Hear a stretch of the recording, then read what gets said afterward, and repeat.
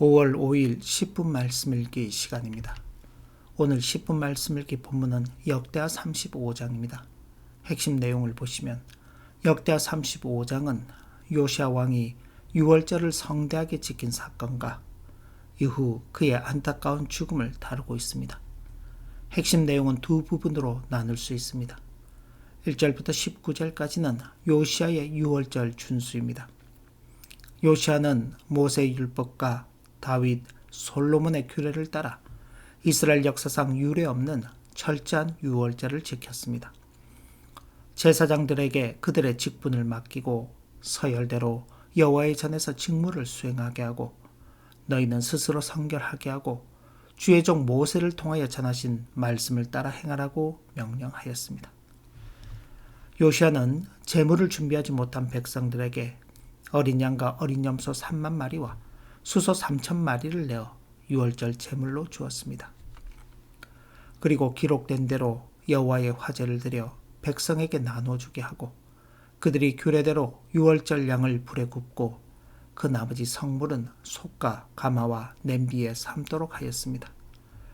이에 대해 성경은 선지자 사무엘 이후로 이스라엘 가운데서 유월절을 이같이 지키지 못하였고 요시야가 제사장들과 레위 사람들과 온 유다와 이스라엘 무리와 예루살렘 주민과 함께 지킨 것과 같은 유월절은 지키지 못하였더라라고 기록하고 있습니다. 20절부터 27절까지는 요시야의 죽음과 애도입니다. 종교적 성취 이후 요시야는 애굽왕 느고와의 전쟁에서 하나님의 경고를 듣지 못하고 전사하게 됩니다. 느고는 요시야에게 하나님이 나에게 명령하사 속히 하라 하셨은즉 하나님이 나와 함께 계시니 너는 하나님을 거스르지 말라라고 경고합니다. 하지만 요시야가 몸을 돌이켜 떠나기를 싫어하고 오히려 변장하고 그와 싸우고자 하여 하나님의 입에서 나온 느고의 말을 듣지 아니하고 전장에 나갑니다. 그 결과 활 쏘는 자가 요시야 왕을 쏘았고 요시야 왕을 병거에 태워 예루살렘으로 옮겼으나 안타깝게도 죽음에 이르고 말았습니다.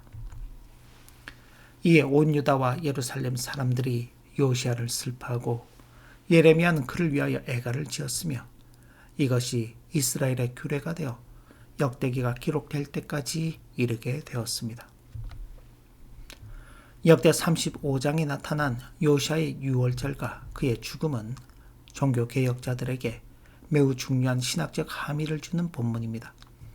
첫 번째 개혁의 표준인 오직 성경입니다. 개혁주의자들은 요시야가 유월절을 회복할 때 모세의 책에 기록된 대로 행했다는 점에 주목합니다. 종교개혁자들에게 요시야는 성경으로 돌아가는 개혁자의 전형이었습니다. 전통이나 관습이 아니라 오직 발견된 율법책이 개혁의 유일한 근거이자 동력이 되어야 함을 강조합니다.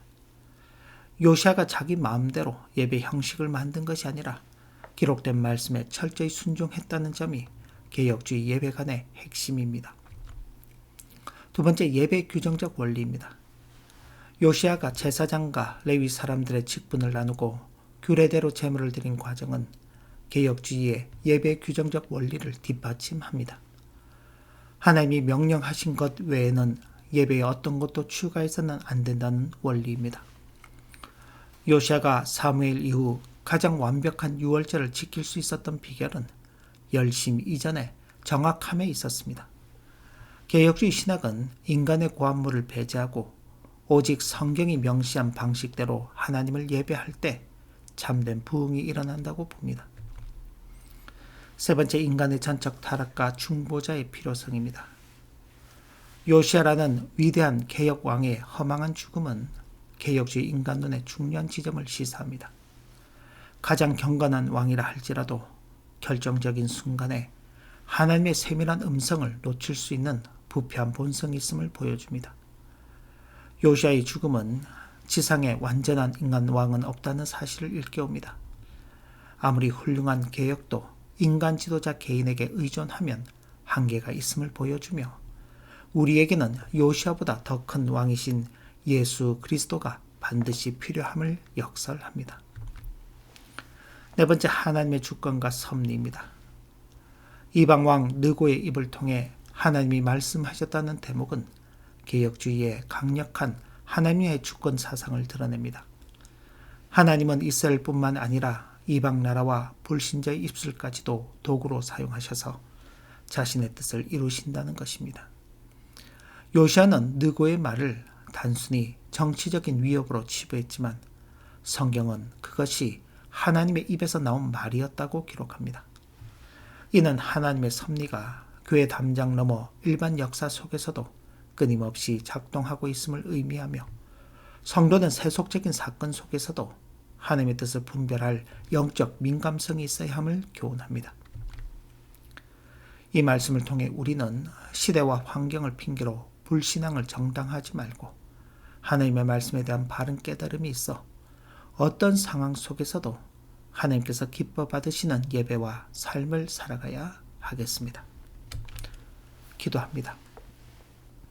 하나님 아버지, 오늘도 주신 교훈의 말씀을 마음에 새기며 하나님 앞에서 바른 신앙의 기준을 가지고 말씀에 순종하는 삶을 살아 하나님께는 영광을 돌려드리고 또한 하나님께서 기뻐 받으시는 삶을 살아드리는 우리가 되게 하여 주옵소서.